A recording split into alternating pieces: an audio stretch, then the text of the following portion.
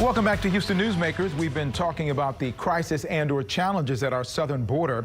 We'll continue our conversation on Newsmakers Extra. I'll also include all of the governor's comments about what he says is the problem and the solution. You'll find all of that on Houston Newsmakers page on the drop-down menu of click2houston.com. One of the issues is about the role of Immigration Customs and Enforcement Agency, that's ICE, what they play in all of this. Here's some of what Governor Abbott had to say about that.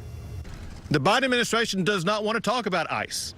The Biden administration is joining together with progressives, pretending that ICE is going to go away or be eliminated. ICE is essential in this entire process, and we expect the president and the Biden administration to step up, fully fund, and actually add additional funding. Charles, the governor's comments obviously focus on the Biden administration. Do you see this as something that is actually true, that's part of the issue? Oh, I don't even, when I hear the governor saying that, it doesn't make any sense. The Biden administration is very aware that they have to have effective enforcement on the border in order to pass big immigration reform, and that's critical. And it's a big, it is an issue, and I might say it's a humanitarian issue. Based upon those three countries, the conditions in those three countries. As I said in a Texas Monthly interview, we need to have a Marshall Plan focused on those countries, bypassing the corrupt government and improving the conditions there and the safety there, because people don't take their kids and walk 1,000 miles unless they're driven out of their countries. But in the meantime, is ICE on the border? Are they the ones who need more help, or they need more funding? Are you familiar with the funding levels? Are they down, or what more do they need? The funding levels have not changed at all. They're the same funding levels.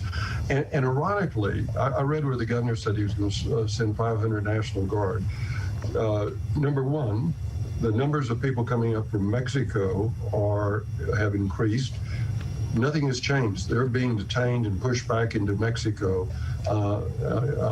under expedited removal. Number two, the people coming up from Central America, the only people being admitted are young children without any parents and families with children. The vast majority are still under the same procedures. So Parker, though, that brings the point that if those numbers are, still a big number. A current problem, there's a lot of unaccompanied minors reaching the border asking for asylum. How much strain is that causing, and what's the relief point? What can be done about that? You know, we say it's a big number. It's I think they now have around 3,000 children they're detaining. But I remember back in the 90s, and when George W. Bush was president, we were getting over a million people, almost 2 million people a year entering in undocumented status. So the numbers are, I think there are numbers. It is a concern.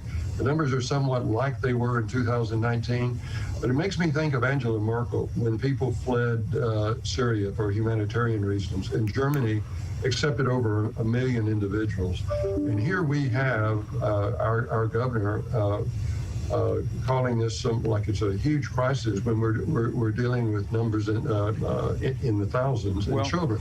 But we have to treat them humanitarian, and we've got to comply with the law, which the Trump administration did not do with respect to our asylum laws. So Parker, what's the solution to that? You know, the unaccompanied minors. What's the solution? Because there is a logjam on the border. Well, I think it comes down to an element of line drawing. And so what is the solution? I think first off, this conversation is framed in that there's this undue threat.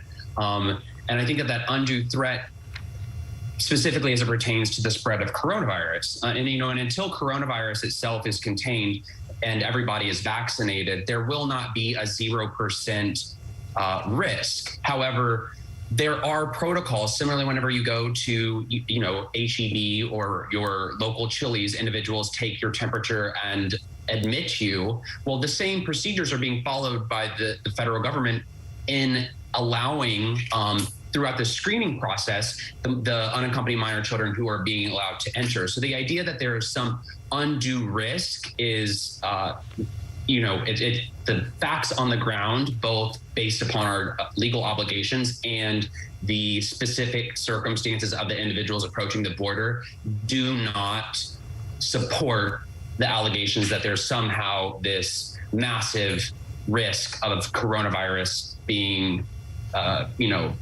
infiltrated to the citizens of Texas and the United States. The governor says that there are some people getting through. I want to continue that conversation, that tone, and everything else associated with this conversation coming up. Charles Foster, Parker Sheffy, thank you. We're going to continue this on Houston Newsmakers Extra. That's on click2houston.com.